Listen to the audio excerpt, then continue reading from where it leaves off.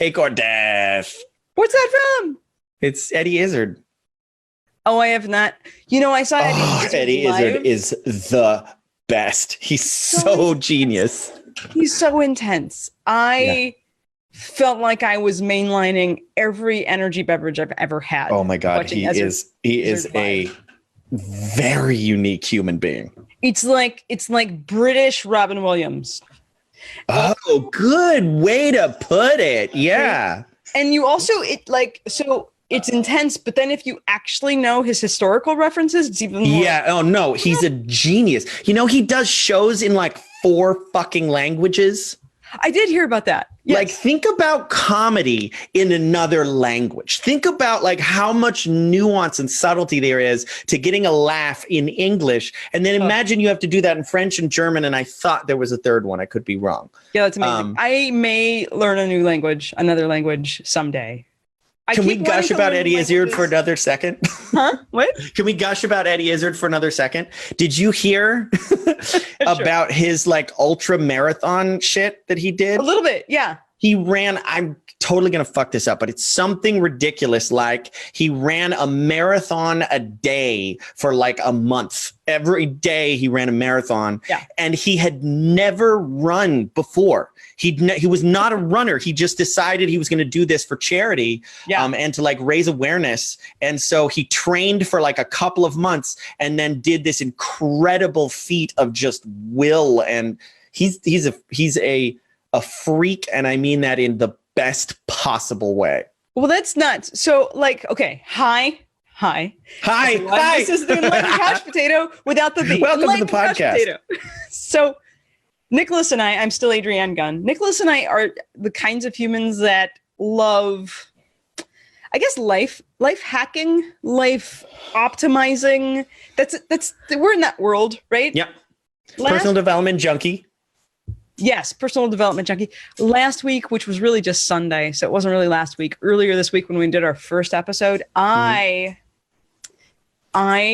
menstruated through it. And so I had menstrual brain. Okay. When I introduced ourselves, I said that we were professional. What did I say?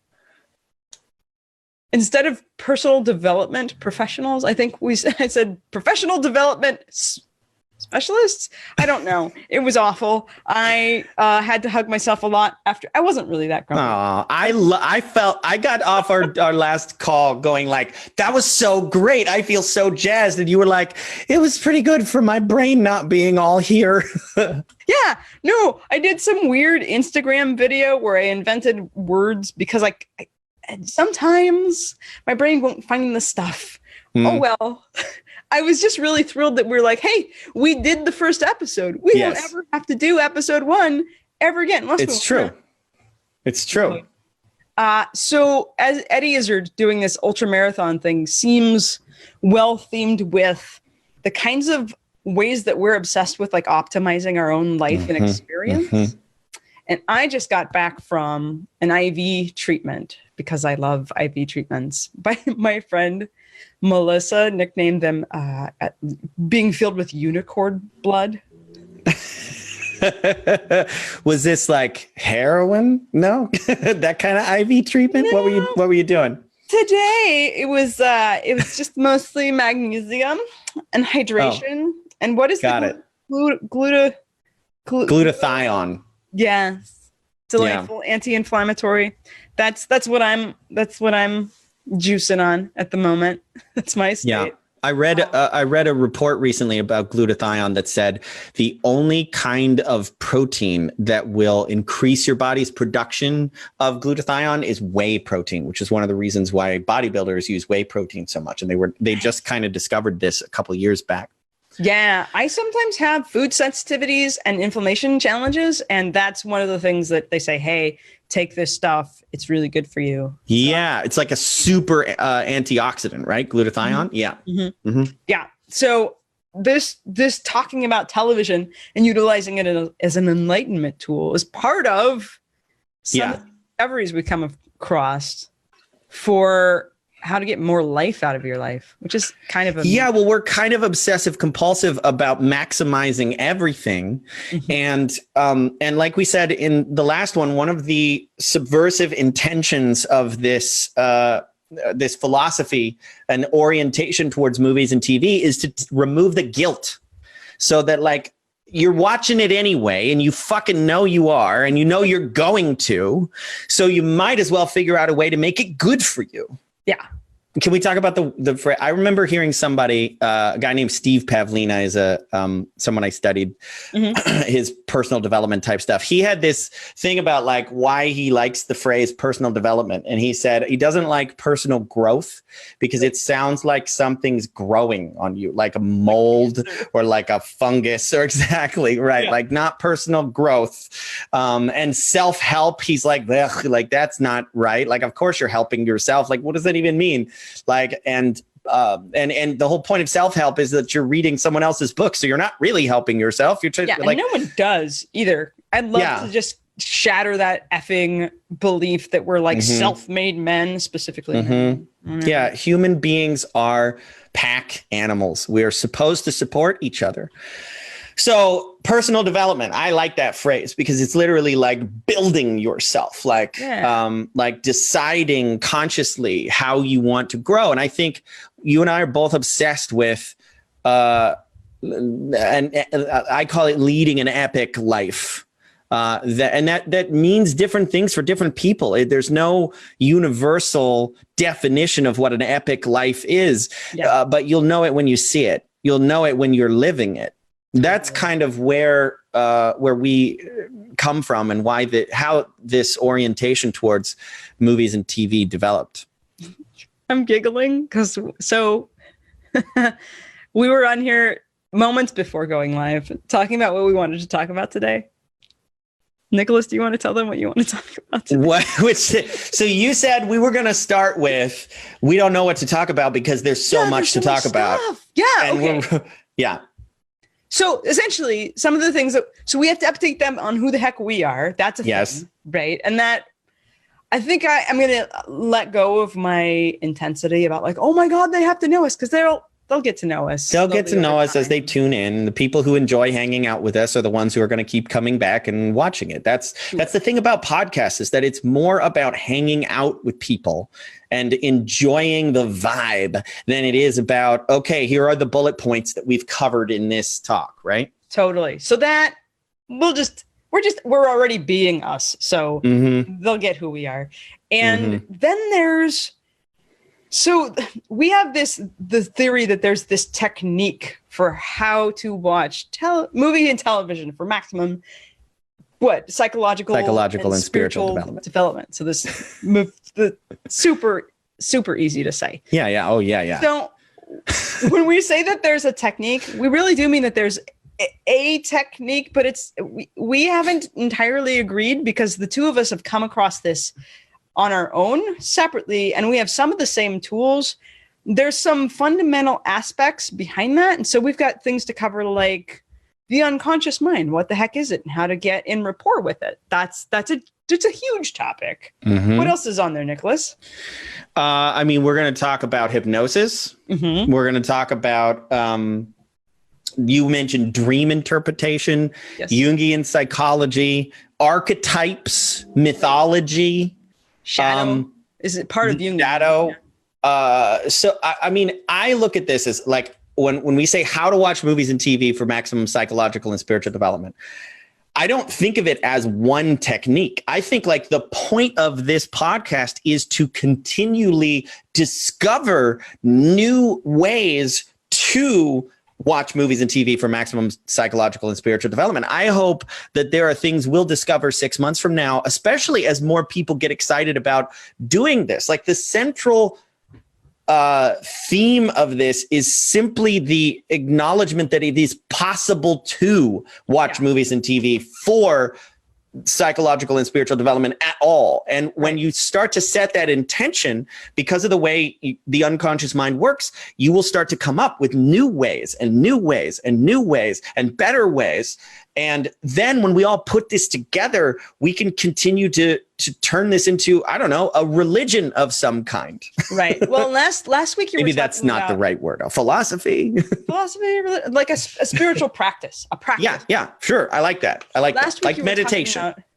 Utilizing your research in bioenergetics and body-based trauma release within your television experience. You shared a story, and so we may even cover how like trauma and how like, the power of why we were gesturing towards like emotions are important, and how the heck do you notice them, engage with them as you're having an emotional response to television? What are some philosophies of how you can be more present with yourself so that release can go a lot easier? These kinds of things. A lot of the principles you're going to learn about how to relate to the movies and TV in the most effective way are going to be universal. It's going to cross into, hey, guess what? That's not just for watching movies and TV. That's also the best way to approach situations in life. Yeah. But one of the theories on why we tell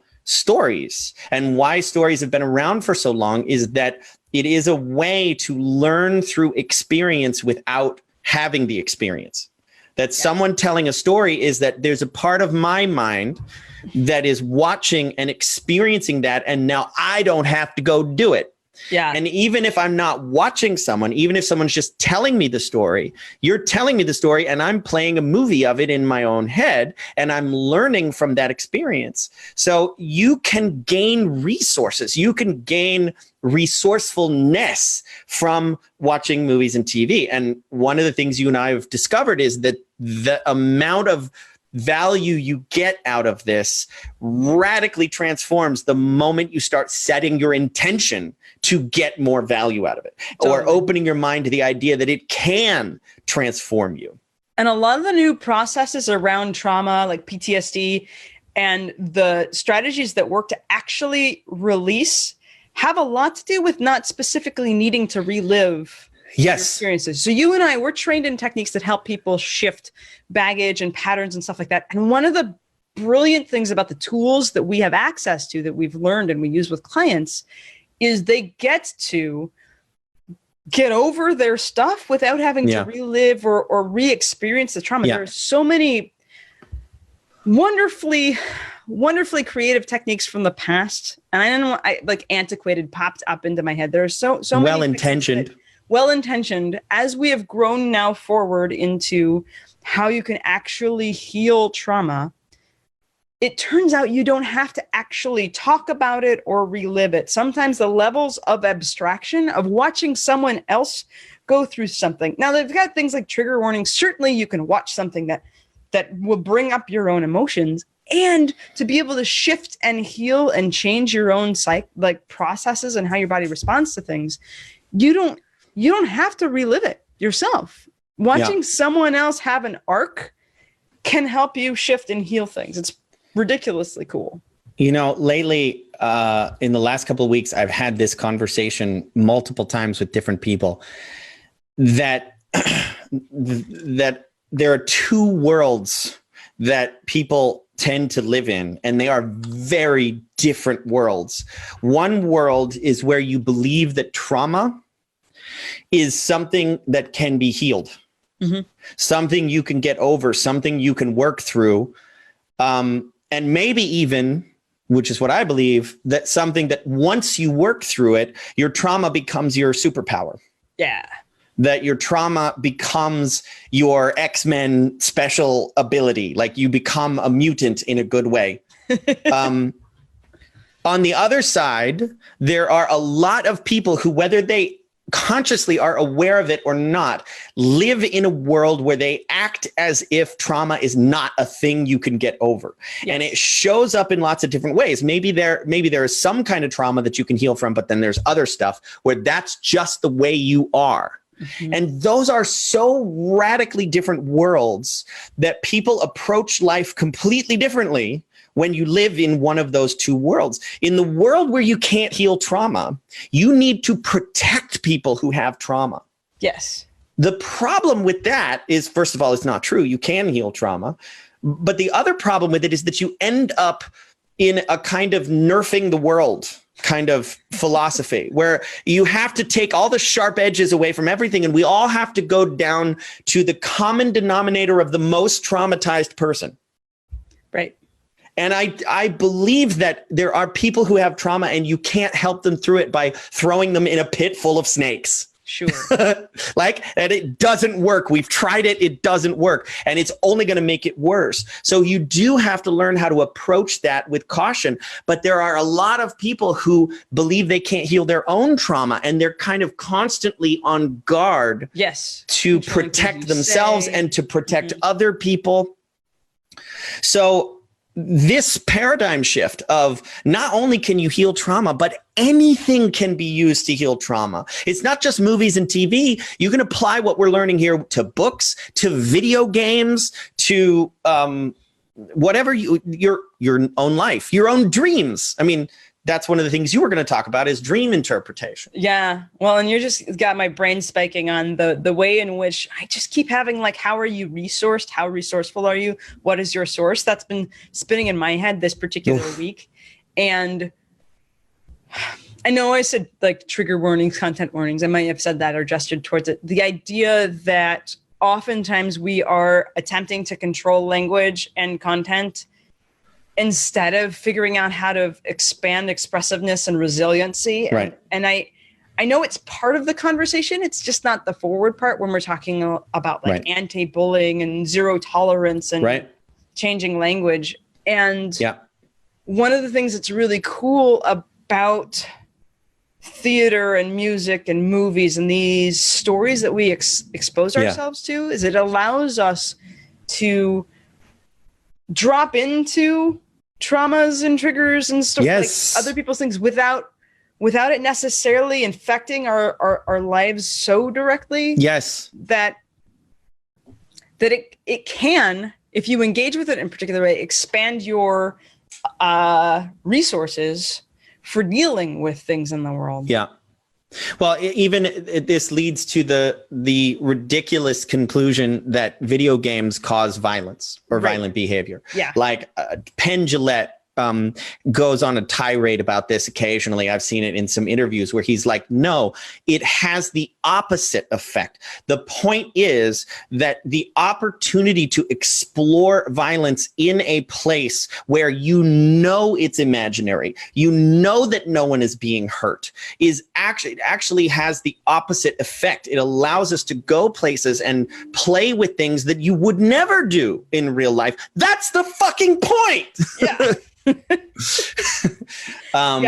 So we were joking and gesturing. So you had something that you wanted to talk about. How did How did you specifically express? We were trying what do you want to talk about today? We were talking about different things that we could talk about. I was saying, well, I have this multi-layered metaphor loop that I want to talk about at some point. That's about one of my all-time favorite childhood movies, and it's kind of like it lays the foundation for a ton of stuff that we're going to be doing in this and talking about in this program or in this podcast. And Adrianne was like, I think that's like its own episode. We should do that because it's long. And I was like, okay, well, how about this? What if I just do a little talk on Joseph Campbell? We'll just do a little bit of Joseph Campbell. And then you kind of lost your shit. So Nicholas loves the shit out of Joseph Campbell, and he should. Joseph Campbell is a badass. And when Nicholas said he wanted to do a little bit of Joseph Campbell, I should talk a little bit. It just reminds me of every instance where maybe you can relate, where your partner of whatever you're up to is just like, can I like just the tip? I just like maybe you're not ready to. I just went like, I had a friend who had like her stomach was rough. She was having a rough night, and her boyfriend at the time was just like, well, maybe I just like put it in. I promise I won't jostle you too much. And so for me, just a Joseph Campbell tip, just the tip of just It was just the tip of the list. I feel a tiny little bit disrespectful to the memory of Joseph Campbell right now. Like if his children were watching this, I deeply love and admire and respect Joseph Campbell, and I hope he would have a sense of humor about that. It's like, well, let's just do it for 15 minutes and then 4 hours later. So, which I suppose is a good problem to have. Yeah. And so we're going to talk a little bit about Joseph Campbell, just a tip. And then you were going to talk about.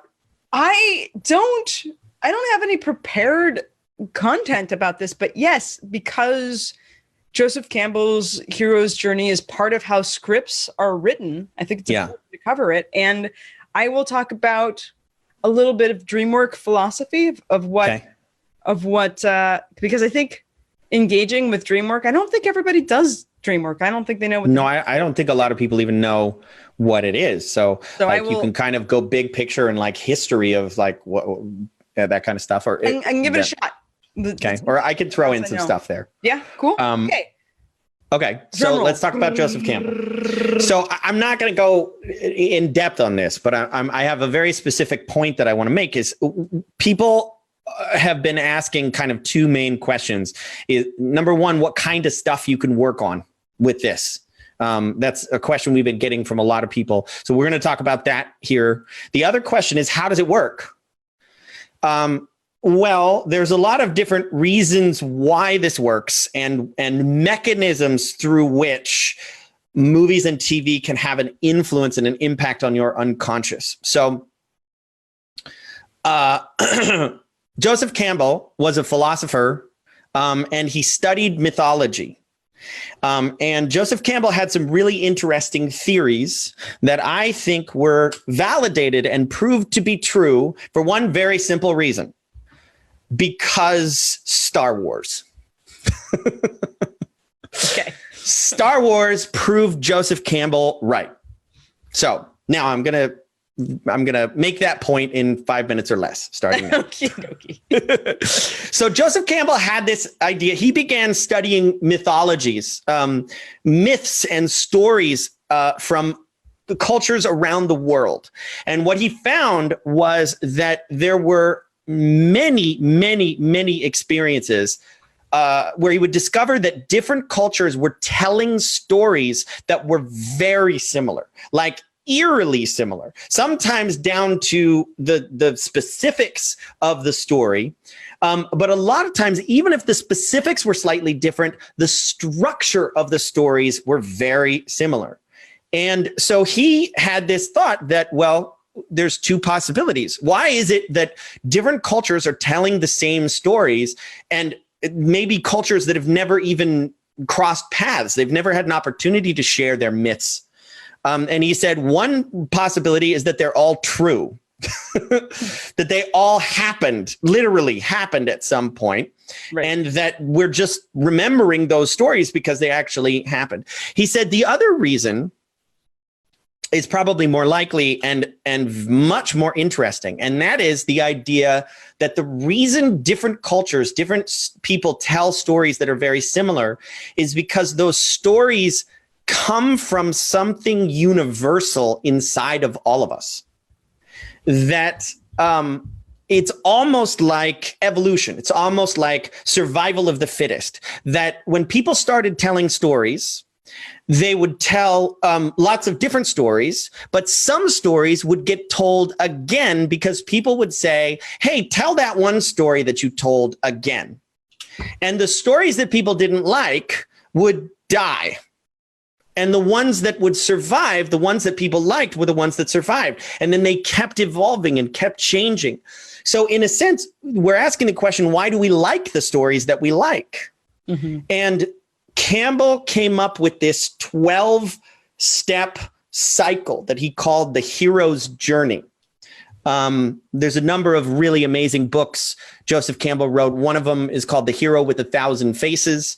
I actually loaned that book to somebody and never got it back, so I don't have my copy right now. There's another book called The Power of Myth that's really fabulous. The Hero with a Thousand Faces is the one where he says there is one story that humanity is telling over and over and over, and it follows a very predictable structure. Stories that follow that structure tend to be retold, and ones that don't, we tend to forget about because they don't feel right to us.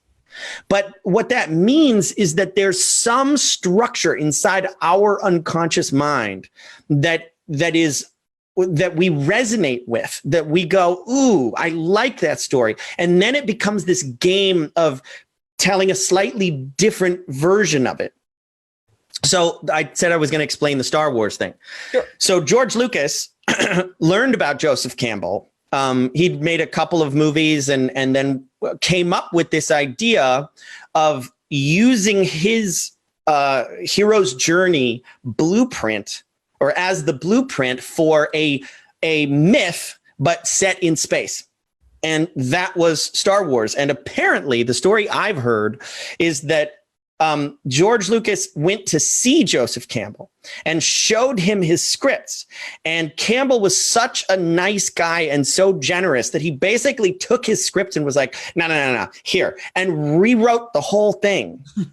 And that's the Star Wars we ended up with. Now, a lot of people will point to, the first Star Wars movie was saved in editing largely too.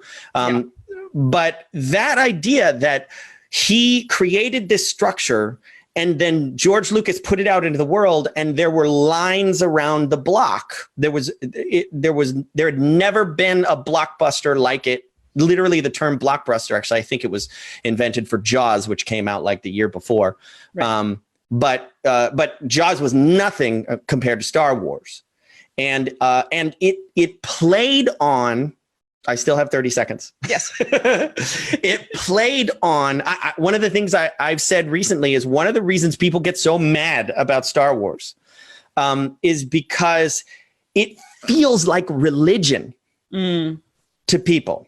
Yes. That it's actually playing on structures in the deep unconscious, the deep collective unconscious that are so deep as to be indistinguishable from the way most people feel about religion, which is why people get so angry when the Star Wars movies suck. That's what they should. Yeah. Because it feels like you're making fun of my Jesus.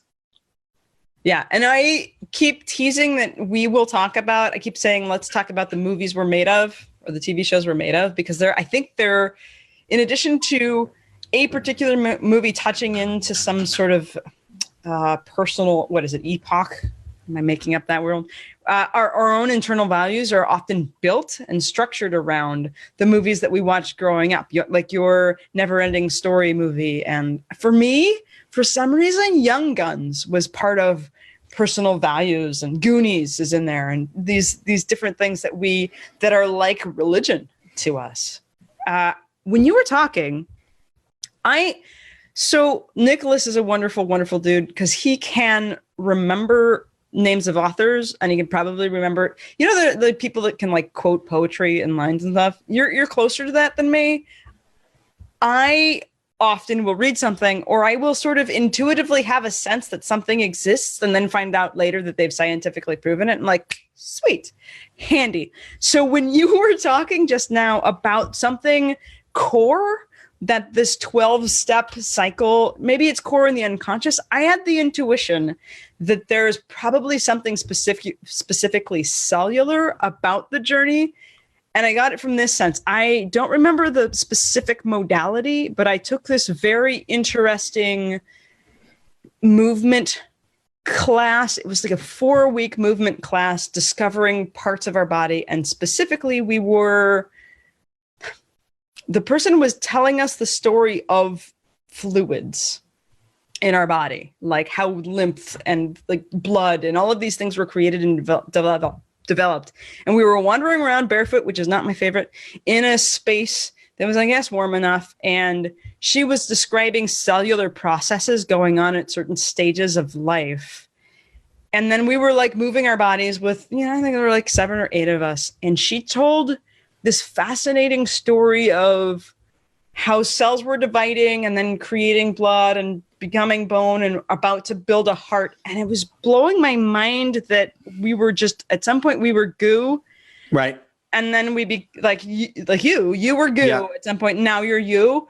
Right. And I started just getting off on that. But I think I should bug some of these medically trained, body process trained people to find out if the Joseph Campbell's 12-step arc is also a cellular arc of life internally, because that may be. I want to say that I've seen some people do that kind of mapping. Right. There's a book that I want to say it's like the Tao of Physics, if I remember, if that's what it's called. And I want to say it's like Frijov Kapra or something is the author's name. I'm sure I'm getting that wrong. Anyway, I do recall that book makes some leaps that physicists will look at and be like, come on. But he basically takes a lot of ideas around physics and he then leads that into biology and things like that he's like, there are parallels and overlaps between these philosophies about yin and yang and things like that. Another book that I love that I've been rereading lately is called The Master and His Emissary, which is about the hemispheres and how it's called The Divided Brain and the Making of the Western World. So he basically says the way your brain is structured and the division of the hemispheres, first of all, that goes all the way down to basically some of the simplest creatures on the planet have this left-right thing. Okay. And interestingly, now they're starting to find that the best way to create artificial intelligence is to create antagonistic intelligences that argue with each other, and then it creates something that you can't get when either of them are by themselves.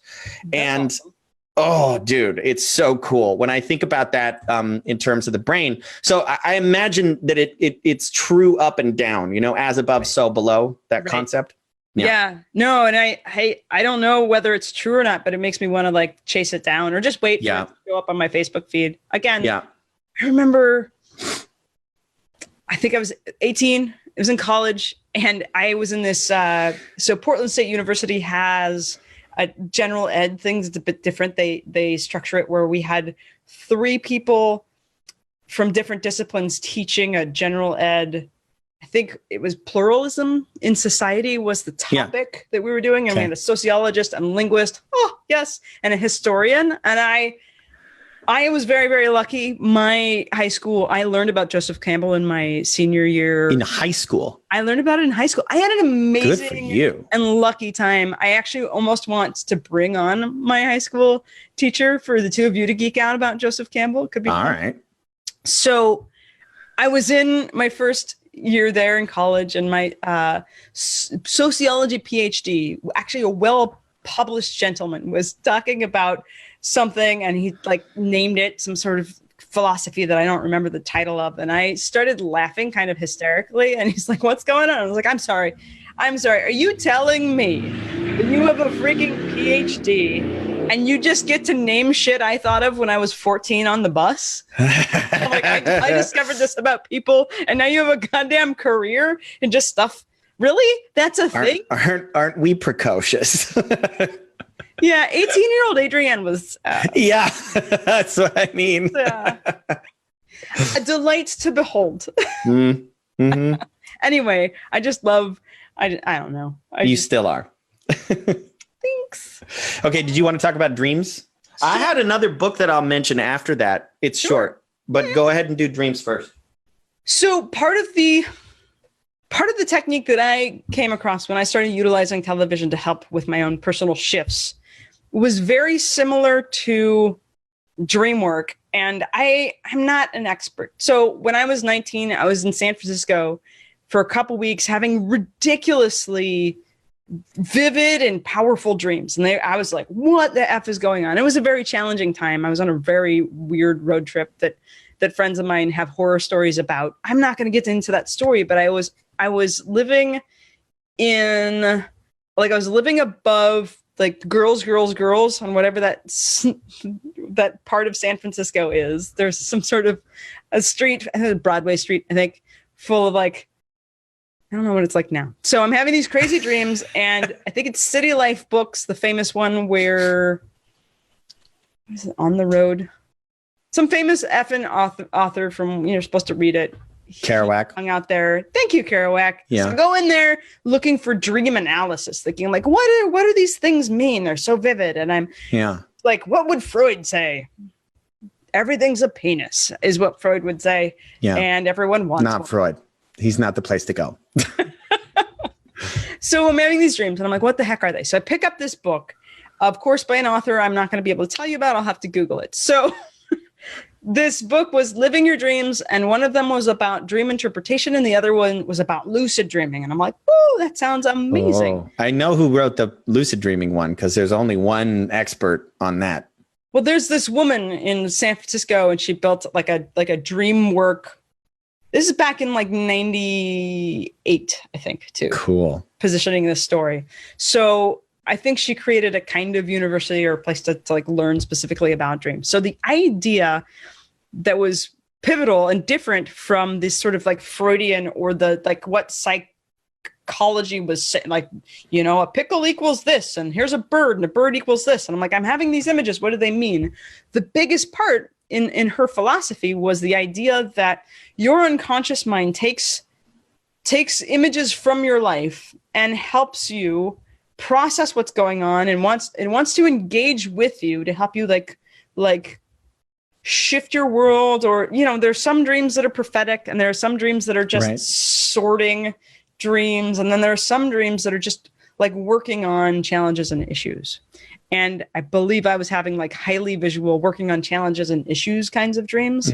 So her process is technically, you know, a bird in one person's mind is different than a bird in another person's mind. Whatever you've grown up to believe or think about the people in your dreams and the objects in your dreams and what that means, it's going to mean something different for you. And your unconscious is full of your own kind of mythology. It's creating this internal movie for you based on what those things mean to you. So the process that she teaches is, first of all, be in a practice of writing down your dreams. Right. What you can remember, you begin to write them down. And even just engaging, even if you don't know, you don't have memories of your dreams exactly, even if you take a notebook, you wake up in the morning, you write down whatever you do remember, blue.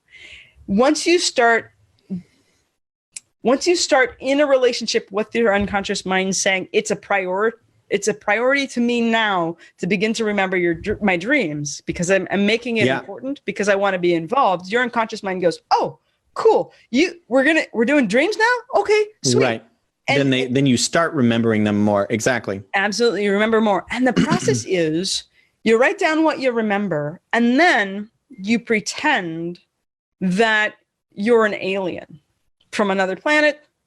And you're like, okay, here's a dream where my sister, I don't have a sister, by the way. Here's a dream where my sister hands me an umbrella and says, blah, blah, blah. And then we get into a car, right? So you're like, okay, so if I were from another planet, what does sister mean? Tell me about sister.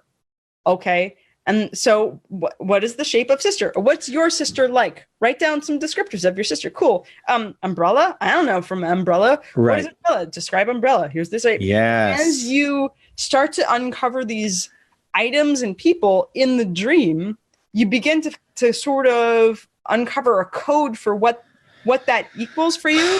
And it becomes a metaphor or it doesn't. And the fun thing, there are some general themes that come up, like sometimes the people in your dreams are the people in your dreams. And sometimes the people in your dreams are aspects of you. And it's a fun process as you go through and uncover each dream. It's because you can then become better at creating your own shortcuts and symbols with yourself. So if you've suddenly decided umbrella means protection, then every time your unconscious mind wants to tell you something or it needs to show you something, it will give you these shortcuts of this language you have created. Yeah. And so that's part of it, is disseminating the info that's in there, recognizing that people are aspects of yourself, maybe, or they're the real people. It just depends on the content of the dream. And then there's the part that that's like coming up with what's going on after the fact. Then there's the level 2, which is lucid dreaming, where you begin to give yourself a directive before you go to sleep of, dear unconscious mind, here's something I'm having challenges around. I would love to have some relief in this area. Will you please dream me so that I'll have relief in this area? And then I'm going to write it down. And you can do that in 2 levels, or I'm just going to say 2. You do the thing where, like, I would like a shift, and I'm telling you, I'm going to journal it after. I'm going to journal and figure it out what the shift is. Or I would just like to wake up having shifted it. I want to feel shifted and done with this thing. Can you give me relief? And I'm just going to be grateful in the morning. So you can get that deep. And then the like level 3 of lucid dreaming is being able to like pause and look around and walk. I'm not going to talk about that necessarily, but the idea is this body of work is very similar to watching television in this engaged way, where you say, hey, unconscious mind, I'm going to watch this TV show where there's going to be all of these characters that play out. And I recognize that some of them might be me or aspects of me, or they might represent other people. Here's an area of my life that feels challenging right now. I'm going to sit down. I'm going to let you play and have fun with this show. I'm going to enjoy it deeply. And I want to feel different when I'm done watching in some way that's of value to me today. Boom. That is. Oh, goddamn. That was so good. Okay. So I'm going to transition immediately because I just realized how connected these things are. Okay. Okay, cool. So the next thing I wanted to talk about is a book called Therapeutic Metaphors. Ooh. Okay. So Therapeutic Metaphors is a great book, especially if you are a hypnotist or a coach or anyone who wants to know how to better influence people. So let's put it, I'm going to summarize greatly. So the idea here is, have you ever tried to give someone advice and it didn't work? Like they weren't open to hearing what you're saying. Yes. And they are like, here's a problem that's going on in my life. And you just tell them what to do. And then often they are not super receptive to that. So what happens when you tell a well-constructed metaphor is that it allows you to tell a story where while they're listening to you tell the story, their guard is down. Mm-hmm. They're not judging or questioning or resisting anything that you're saying. And simultaneously, some part of their unconscious is listening to the story and going, you know, that story kind of sounds like the situation I'm in. I wonder if what they're doing is something I could do. And instead of going like, oh, I don't know if that would work for me, it just bypasses what we call the critical faculty. It bypasses the judgmental part of their mind. So one of the rules of telling a good metaphor is that you're generally not supposed to say, and the moral of the story is at the end of the metaphor. You're supposed to just tell the story and then trust the other person's unconscious mind that they will take from it what they need to get from it. So I'm going to break that rule right now, and I'm going to say, every single thing that Adrianne just said about dream interpretation was a beautifully constructed lesson on how to watch movies and TV for maximum psychological and spiritual development. I was listening to her go through it and being like, that's a perfect lesson. That's a perfect lesson. The beauty of metaphors is, you've heard the idea that a picture is worth 1,000 words, right? Well, a story, if we think about a movie, is 24 pictures a second, 24 frames a second, right? So how many words does it take to convey a story, an entire story? It's you can convey so much more information by telling a story that's well constructed rather than being like, okay, now let me break down all the steps in the process. You're teaching directly to the unconscious mind when you tell stories. Also, movies are metaphors, or at least good ones are. Yes. So my response to your stuff about dreams, I just wanted to say like one thing. Carl Jung, if you want to learn about dreams, Carl Jung is the place to dig in deep. And Carl Jung famously said that at some point in your development, like if you are the kind of person who wants to grow and self-actualize and become the best version of yourself, at some point, paying attention to your dreams is non-negotiable. Yes. If you aren't doing dream work, at least at some point for a period of time, you're not going to get where you want to go. That this is one of those things where there is no purer form of communication between your unconscious and you than dreams.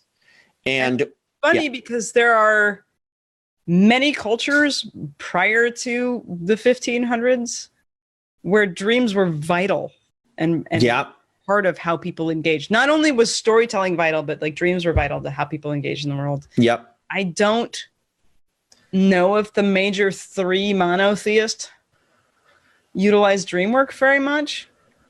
I think some versions, I'm having moments of like Catholicism as it was integrated into South America and Central America. The dreams are still important. And I don't know where dreams landed in like colonial spaces. Well, there's a lot of stories about dreams in the Bible, but I don't in modern religion. I don't hear people talk about it very often, and even if they do, it's niche. It's very niche. It's not widespread. Modern practices of those religions, I'm not sure. Like different Native American traditions that I've heard about. Dream work is huge. Dream work, visioning. I hear stories, and I'm not an expert. I hear stories out of Catholicism of dreams of saints and things. There are like special people that have an integration of this. And I think that the general take on it is that they are a thing that is like given to you by God. But then there's nightmares, which are not given to you by God. And like my view of it tends to be, this is your unconscious mind communicating to you. And your perspective that I think is so key is that nothing in the dream has any inherent meaning. Yes. It means what it means to you. And your job is to figure out what it means. Right. There's another esoteric principle. I want to say this is something from Dion Fortune, but I don't remember for sure. But it's this principle that based on the fractal nature of the universe, that the part contains the whole and the whole contains the part. There's this principle that every dream, if you pay attention to it enough, contains every answer to every question you could ever ask. Nice. And that every other person's dream also contains every answer to every question you could ever ask, but only for you. In other words, I cannot tell you what your dream means. Yes. I can only tell you what it means to me. And then you have to be able to go, nope, that's not what it means to me. Like, it can mean the same thing to both of us. But if I hear your dream and I interpret it, by the way, I'm speaking in metaphor here. A movie means what it means to you, despite what it means to me or Adrianne or the filmmakers or the actors who were in it. Oh, yes. This is such an important principle that you can absolutely take more out of a movie than the people who made it put in it. Totally. they didn't think that it was as deep as you think it is. And there's a lot of movies where I'm like, I know that the people who made this were not intending this. Some movies I'm like, man, it fits so perfectly. My interpretation feels so right that I feel like if I sat down with the filmmaker, they would be like, oh my God, you got it. No one else has ever got it before. That's exactly what I intended for the movie to mean. Yes. And I'm like, I knew it. I knew that was the case. But I'm also completely open to the idea that they would be like, it's just a movie, dummy. Yeah. Yeah. Nice. It is now 2:48. I feel good. Yeah. How about you? Did we do a thing? I feel like we did a thing. I think we did a thing. I don't recall. I know someone commented something about loving realistic movies and such. I'm looking forward to seeing what people like to share with us. Yeah, me too. Did you want to talk about what you can do with this? That was one of the main questions that people were asking. What we can do with this? Well, I was thinking personalized, maybe recent examples of things you've healed, things we've utilized television for, just sort of briefly. Sorry. Can I start with big picture? Yeah.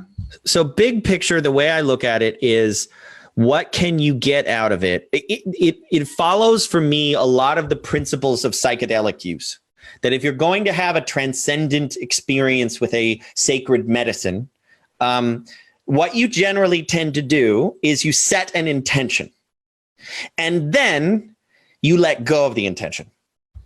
You set an intention, and then you don't stay attached to that intention, because the idea is you say this or something better. Right. And that often your unconscious, the universe, the medicine will say,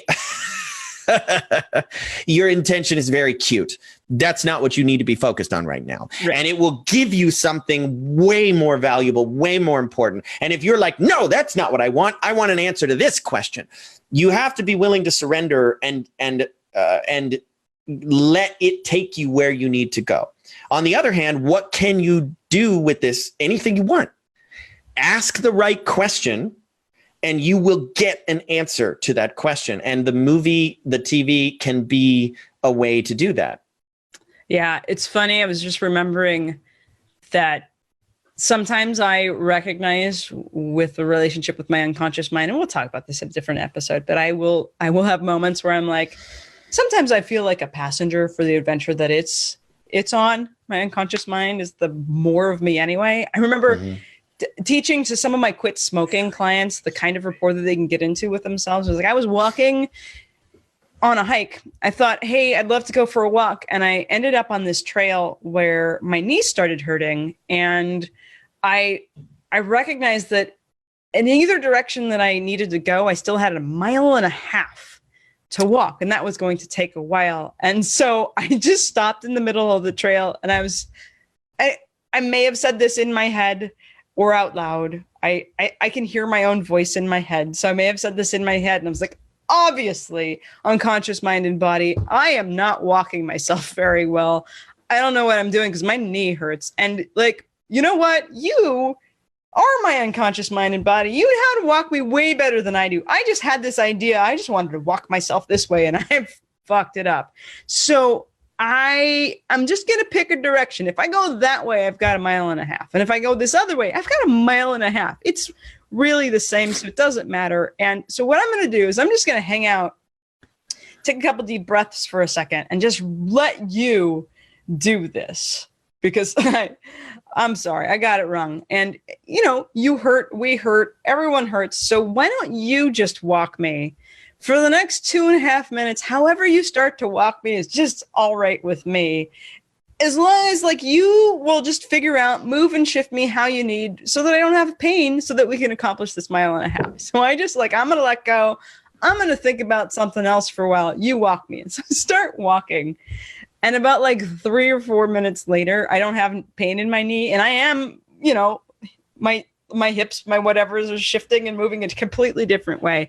And so sometimes that's how I will do watching of TV. I'll do things like, hey, unconscious mind. I think some of my recent stuff is I got out of a relationship. It wasn't the most smashing relationship one can be in. It was okay. And I didn't feel like myself, and I didn't feel all that excited about like the next relationship. And so I'm like, hey, unconscious mind, I'd actually like to have some shifts and to feel more excitement about the next person I get to engage with, or relationships in general. And I'd like to feel more connected to myself and feel better and more excited about me and about like sharing me intimately with other people. That's specific enough. Right? Yeah. Yeah. So I sat down and started watching shows with that intention, that's what I'd like. And I was like, so whatever you want to do, just light up anything. You know, we know how to do this. Whatever you need to have stick out, have it stick out. And if you want to do that in my life too, I'm open to it. I'm open to seeing messages of love being a wonderful thing, of me being a wonderful thing. And I'm just going to sit on this couch, also going to have popcorn. So if you could do it in a way where I won't choke on this popcorn, just in case, I would love that. So just like, you know how to walk me better than you, or yes, I do. Yeah. Yeah. So that's some of how I've utilized it recently. A lot of my insights and breakthroughs related to watching movies and TV are weirdly, because this is something I focus on a lot, they are about the nature and structure of the mind. Mm. And I know that that's like a thing that most people don't spend a lot of time thinking about, but I almost never stop thinking about it. I am obsessed with my relationship with my own unconscious and developing that and developing this inner world. So a lot of the most profound experiences I've had watching movies and TV were about the structure of movies and TV and why it was impacting me. It was about my relationship with my own unconscious. They're about my spiritual beliefs and my philosophies and orientation towards life. They're often about my relationships. Like the biggest ones are about my relationships. They're often healing limiting beliefs that I have carried since my childhood. Yes.